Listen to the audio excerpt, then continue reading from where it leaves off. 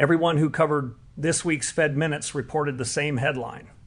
A 9-3 vote to hold interest rates steady.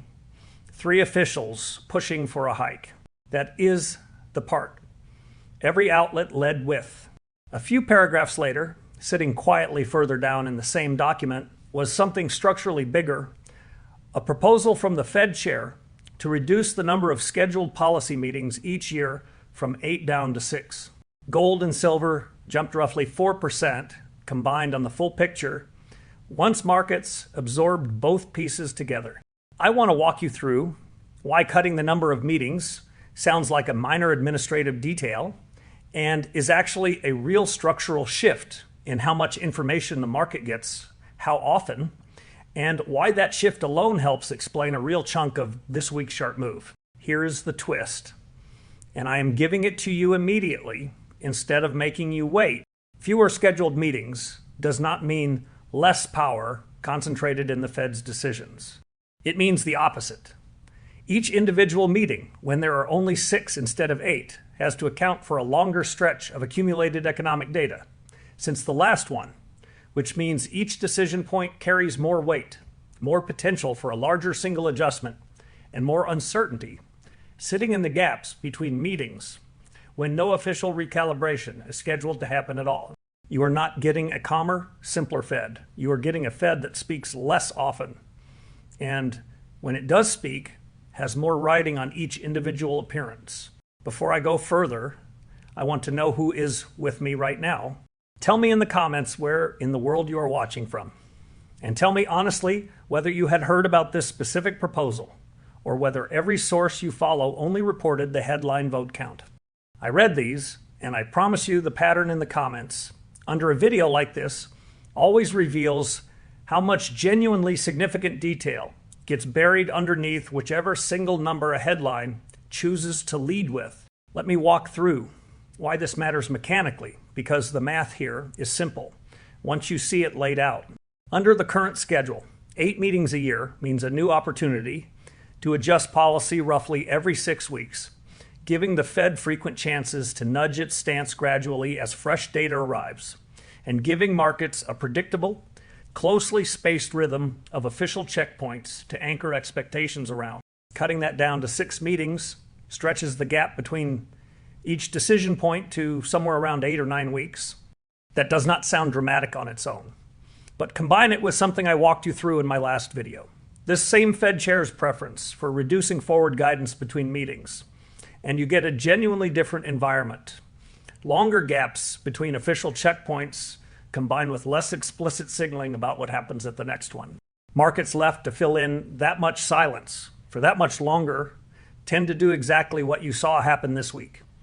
React more sharply to whatever fragments of information they do get, because there is less of a steady, frequent drumbeat of official guidance, absorbing new information gradually in between.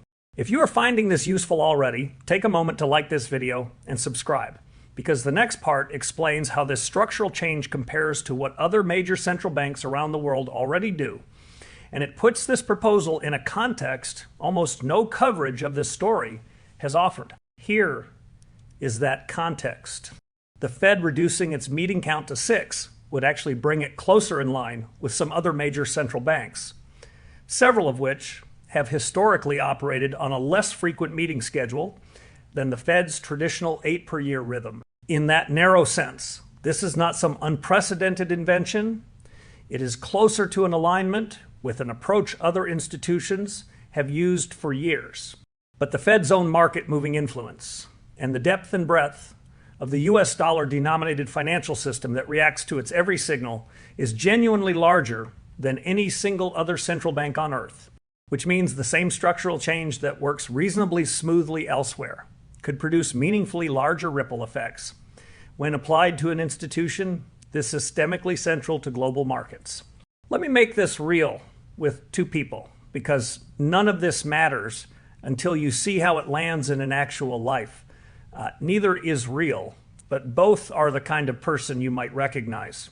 The first I will call Osborne 70, who read this week's headline about the 9-3 vote, felt he had gotten the full picture and moved on with his day, never scrolling far enough into the actual coverage to see the meeting count proposal buried further down.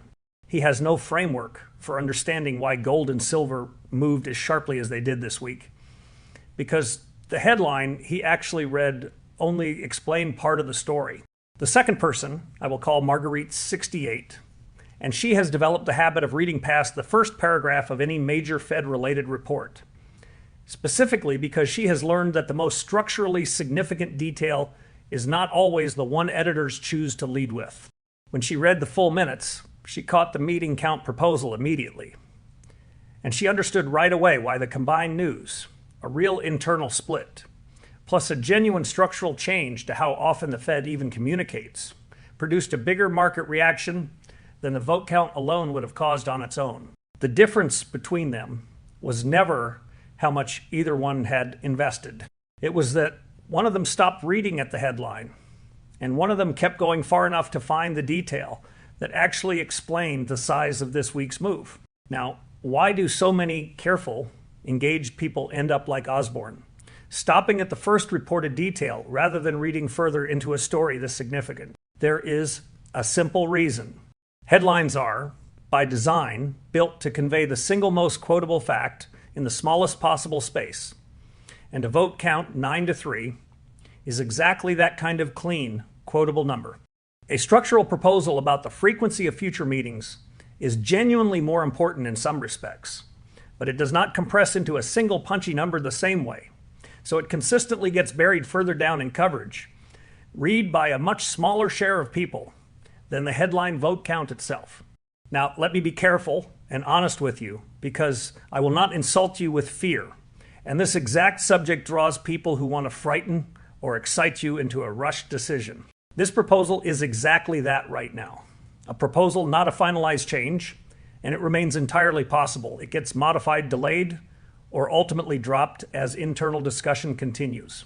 Even if it is adopted, a genuinely well-managed transition to fewer, more substantial meetings is not automatically a disaster.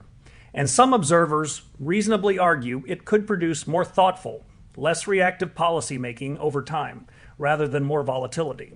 Anyone telling you this proposal guarantees chaos or guarantees a specific market outcome is overselling you a certainty about an institutional change that has not even been finalized yet. There's a reasonable case worth acknowledging on the other side of this too, because a fair look at this story should not only emphasize the risk. Fewer, more deliberate meetings could, in principle, reduce the temptation for policymakers to overreact to short-term data noise. The kind of month-to-month wobble that sometimes gets read as more meaningful than it actually is when officials are gathering every 6 weeks, specifically looking for something to react to. A central bank meeting less frequently, but with more complete information each time, is not an inherently worse design. And several economists have made exactly that argument in favor of this kind of change over the years, independent of this specific Fed chair's own reasons for proposing it now. The honest picture here includes both the real uncertainty this creates in the shorter gaps between meetings and a legitimate, longer-term case for why less frequent, more deliberate decision-making could ultimately produce steadier policy rather than more erratic policy, and reasonable, informed people currently disagree about which effect ultimately wins out. What I am giving you is not a prediction of chaos. It is the actual structural detail behind this week's move, buried in a document most coverage only skimmed for its single headline number. I want to say a word about silver here too, because it is worth balancing this story with something else surfacing in recent coverage. Rick Rule, a natural resource investor with roughly 5 decades of experience in this exact market, reportedly sold around 80% of his physical silver holdings, near $75 an ounce in recent months, while leaving his gold holdings untouched.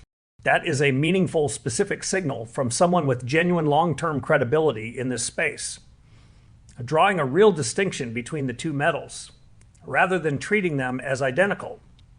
A useful reminder that even experienced, structurally bullish voices in this market make deliberate, selective decisions rather than holding everything indefinitely regardless of price. So let us pull this together and go back to where we started. This week's Fed Minutes carried 2 genuinely significant pieces of news. a real 9-3 internal split over whether rates should already be higher, and a structural proposal buried further down in the same document to cut the number of scheduled policy meetings from 8 to 6 per year.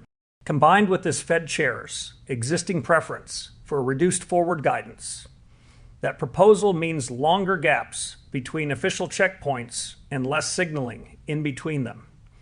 A real structural shift that helps explain why markets reacted as sharply as they did to the full picture, rather than the headline vote count alone. And the difference between the people who understood the size of this week's move and the people who found it confusing comes down to one habit: reading far enough into a story to find the detail that actually explains it, rather than stopping at whichever single number the headline chose to lead with. Here is what I want you to carry away from this, stated as plainly as I know how. This is not a call to panic, and it is not a call to make any rushed decision today, because balance and patience matter, especially with retirement savings.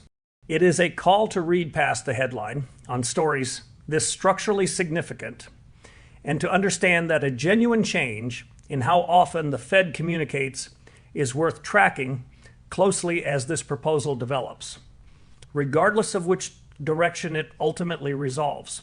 Whether this changes anything about your own plan depends entirely on your own circumstances, your own timeline, and your own comfort with the kind of volatility a less frequent, less predictable Fed communication schedule could produce. And I am not here to tell you the number. I am here to make sure you have the full picture. Not just the single number most coverage LED with. Do not let anyone use this proposal to rush you into a costly decision today, because there will be people trying, and they get louder every time a structural story like this one gets attention. And do not dismiss it either. Telling yourself a change to a meeting schedule could not possibly matter to your own retirement account, because you just watched gold and silver move roughly 4% this week on the combined weight of exactly this kind of detail. Those are two different mistakes, and the sensible path sits calmly between them. None of this is financial advice.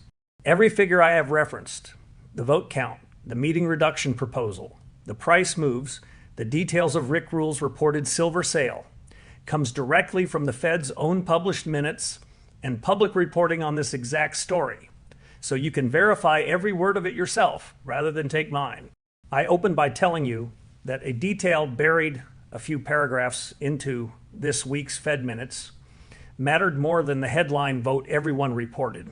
Now you understand exactly why. A proposal to cut policy meetings from 8 to 6 a year, combined with reduced forward guidance, meaning longer gaps and less signaling between each increasingly consequential decision point. So let me leave you with the question underneath all of it. If the most market-moving detail in a document this significant was sitting several paragraphs past the headline, how much of what actually drives your own gold, silver, and retirement savings is buried in places most coverage never bothers to read that far into?